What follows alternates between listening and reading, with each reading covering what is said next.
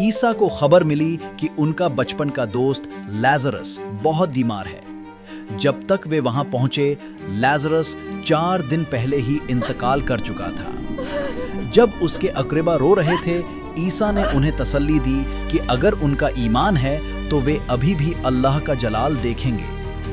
उन्होंने उन्हें उस कब्र पर ले जाने को कहा जहां लाजरस का जिस्म रखा गया था।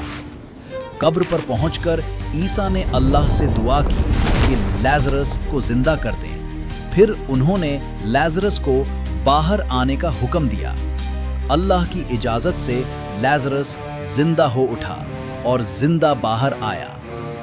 ईसा के लाजरस को जिंदा करने की खबर चारों तरफ फैल गई। जैसे जैसे ज्यादा लोग उन पर यकीन करने लगे, उनके अपने लोगों, खास तौर पर रब्बियों और फरीसियों में हसद और बढ़ गया।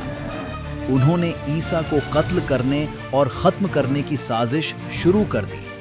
जब ईसा यरूशलेम के मंदिर में गए और देखा कि कुछ लोग मंदिर को तिजारत और सूदखोरी का अड्डा बना रहे थे, तो उन्होंने उनके खिलाफ बोला और उन्हें मंदिर से निकाल दिया। इससे यहूदी रहनुमा और ज़्यादा गुस्से में आ गए, क्योंकि वे खुद इस तिजारत से नफ़ा कमाते थे। जैसे जैसे दबाव बढ़ता गया, ईसा के हवारियों के ईमान की आजमाइश हुई।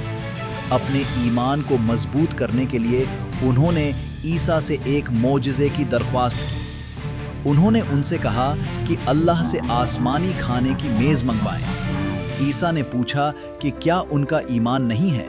उन्होंने जवाब दिया कि उनका ईमान है, मगर वे अपने दिलों को इत्मीनान देने के लिए तस्दीक चाहते हैं। ईसा ने फिर अल्लाह से दुआ की कि आसमानी खाने से भरी मेज़ भेजी जाए। अल्लाह ने ईसा की दुआ कबूल की, मगर तनबिया की कि जो कोई इस मोजज़े के बाद भी मुकर जाएगा, उसे दोहरी सज़ा दी जाएगी।